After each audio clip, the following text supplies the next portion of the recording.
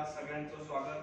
आमचे नेते सहमुख्य प्रवक्ते माननीय विश्वाजी पाठक या पत्रकार परिषदेमध्ये आपल्याला संबोधित करतील। मी पाठक सरांना विनंती करतो की त्यांनी या पत्रकार परिषदेला संबोधित करावं। आमचे माध्यम प्रमुख श्री नवनाथजी बन, सहमाध्यम प्रमुख ओमप्रकाशजी, बंधूंनो आणि भगिनींनो, आजच्या पत्रकार परिषदेचा विषय असा आहे की आत्ताच आपल्या देशाचे अर्थमंत्री श्रीमती निर्मला सीतारामन यांनी एक श्वेतपत्रिका पार्लमेंटमध्ये सादर केली।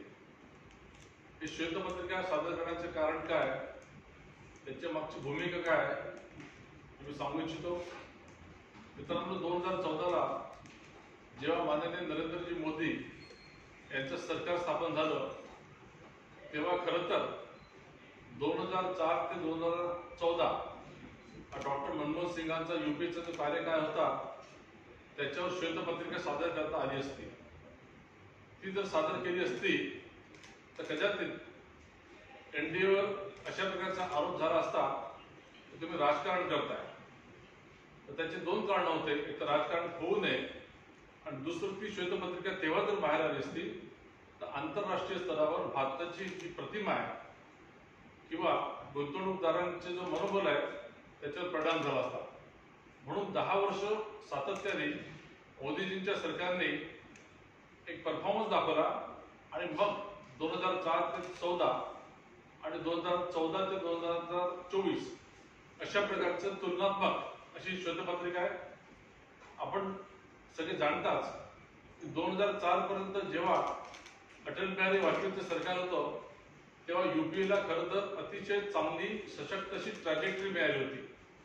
जीडीपीचा दर कसा वाढता होता, चढता होता आणि त्याच्यावर खरं हे मिळाल्यानंतर देखील यूपीएने 10 वर्षामध्ये देशाला रसा तळाला दिलं। आपला महागाईचा दर कधी नव्हे त्या काळामध्ये यूपीएच्या काळामध्ये 2 आकड्यांमध्ये गेला आणि जर आपण सरासरी महागाईचा दर बघितला तेव्हाचा महागाईचा दर हा 8.2% होता, जो मोदीजींच्या 10 वर्षाच्या कार्यकाळामध्ये 5% आहे। आणि या 10 वर्षाच्या कार्यकाळामध्ये मोदींच्या खरं तर कोविड सारखे देखील 2 वर्ष आपण अनुभवलेले आहेत। त्यानंतर आपण बघितलं की 2014 पूर्वी ज्या प्रकारचे कर्ज दिले जायचे, सरकारी अधिकाऱ्यांचा पूर्णपणे हस्तक्षेप होता, फोन बँकिंग होतं, चुकीच्या कामासाठी कर्ज दिले जायचे आणि त्याला एनपीए घोषित करता कर्जावर कर्ज देऊन एनपीएचे आकडे लपवले जायचे। मोदीजी आल्यानंतर त्यांनी एनपीएच्या विषयात हात घातला। यूपीए सरकारने 10 वर्षामध्ये केवळ 14 कोटी लोकांना गॅसचे कनेक्शन दिले होते, जे आज मोदीजींच्या कार्यकाळामध्ये 31 कोटी आहे। त्याच्यानंतर विद्युतीकरण देखील 2014 पर्यंत मोठ्या प्रमाणामध्ये झालेलं नव्हतं आणि जवळजवळ 75,000 गावांमध्ये आजही वीज पोहोचलेली नव्हती। 2014 मध्ये मोदीजींनी आल्या 1000 दिवसामध्ये सर्व छोट्या छोट्या गावांमध्ये देखील विद्युतीकरण केलं। पूर्वी सरासरी 12 तास वीज मिळायची, ती आज मोदीजींच्या कार्यकाळामध्ये 10 वर्षामध्ये 20 तास 6 मिनिटं असा तो सरासरी दर आहे। त्याच्यानंतर पिण्याच्या पाण्यासारखी मूलभूत बाब देखील मनमोहन सिंगांच्या काळामध्ये दुर्लक्षित होती। तेव्हा केवळ 3 कोटी लोकांना शुद्ध जल मिळायचं। आपल्या महिला स्त्रिया डोक्यावर घागर घेऊन 5-6 किलोमीटर प्रवास करायच्या। आता 3 कोटीच्या तुलनेमध्ये 13 कोटी 8 लाख लोकांना डायरेक्ट जल, नल से जल अशा प्रकारे दिले जात आहे।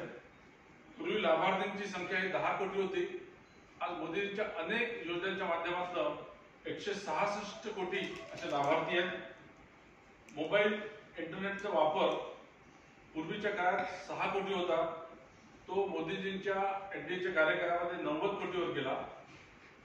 त्याच्यानंतर मेडिकल कॉलेजेसची जर आपण संख्या बघितली तर यूपीएच्या काळामध्ये 387 होती, ती आज 706 झालेली आहे। पूर्वी फक्त 51,000 विद्यार्थ्यांना वैद्यकीय शिक्षण मिळत होतं, ते आज 1 लाखाच्या वर विद्यार्थ्यांना मिळत आहे। पूर्वी विद्यापीठांची संख्या 676 होती, ती आज 1168 झालेली आहे। मेट्रो केवळ 5 मोठ्या शहरांमध्ये होते, आज मेट्रोचं जाळं 20 शहरांमध्ये झालेलं आहे. पूर्वी महामार्ग सरासरी 12 किलोमीटर प्रतिदिन असे बांधले जात होते, आज ते 28 किलोमीटर प्रतिदिन बांधले जात आहेत. त्याचबरोबर पूर्वी युपीएच्या काळामध्ये 25,000 किलोमीटरचं महामार्गाचं जाळं बिछवलं गेलं, ते आज 54,000 इतकं मोठं महामार्गाचं जाळं आपण विणलेलं आहे. त्याचबरोबर विमानतळ पूर्वी 74 होती, ती आज 149 झालेली आहे. इलेक्ट्रॉनिक विषयांची जी निर्यात होती ती $6.5 बिलियन होती, जी आज तिप्पट झालेली आहे, $22.8 झालेली आहे. स्टार्टअप पूर्वी केवळ 350 होते 10 वर्षामध्ये युपीच्या काळामध्ये, ते आज 1,17,000 असे स्टार्टअप निर्माण झाले आहे.